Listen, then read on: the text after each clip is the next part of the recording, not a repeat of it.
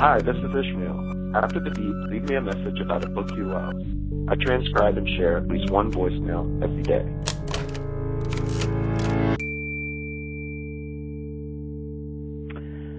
The book I'm going to tell you about, Ishmael, is The Sneeches by Dr. Seuss.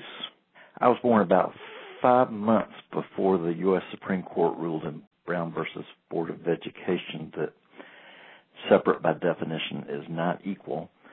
And in the years following that, we had Rosa Parks and the Montgomery bus boycott, and Martin Luther King rising to prominence.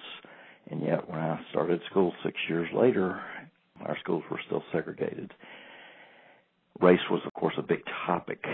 And the question that I asked my white parents and at Sunday school and elsewhere was about race. And my Sunday school teacher told us that white people are not better than colored people, which was the politically correct term at the time, but that God wanted us to be separate, just as crows and swans were. One was not better than the other, it's just that they were separate. And God made us different because we should be grouped differently. And I asked my Sunday school teacher, what about hair color, which really kind of seemed more to me like feathers than skin color. But he said, well, you'll understand when you get older. And, of course, he was an adult, so I believed him I would understand when I got older. It was just the way things were. The one thing that was more credible than adults was books, and my parents were very into books, and it was the one thing that they would buy for us other than necessities and other than Christmas or birthday. And Dr. Seuss was, and in fact still is, my favorite writer. So when his new book, The Sneeches, came out, my parents bought it for me. And I was reading The Sneeches, and it was the story of Star-Belly Sneetches who think they're better than the Sneeches who don't have stars on their bellies. And this entrepreneur comes along and has a machine that will put stars on the bellies of the Sneeches without stars.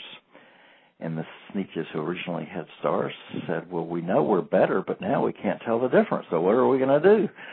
And the entrepreneur, Sylvester McBean, says, oh, I have a machine that will take stars off your bellies. You know, stars are no longer stylish.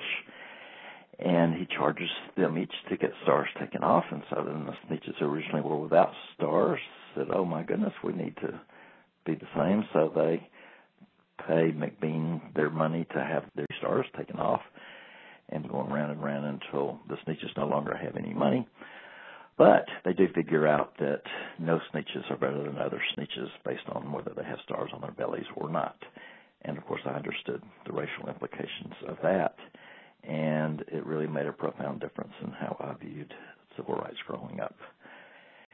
Only as an adult did I think back about how it also was a nice metaphor for how there are certain people who profit either politically or economically from having races divided against each other.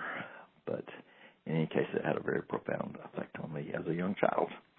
Thank you, Ishmael.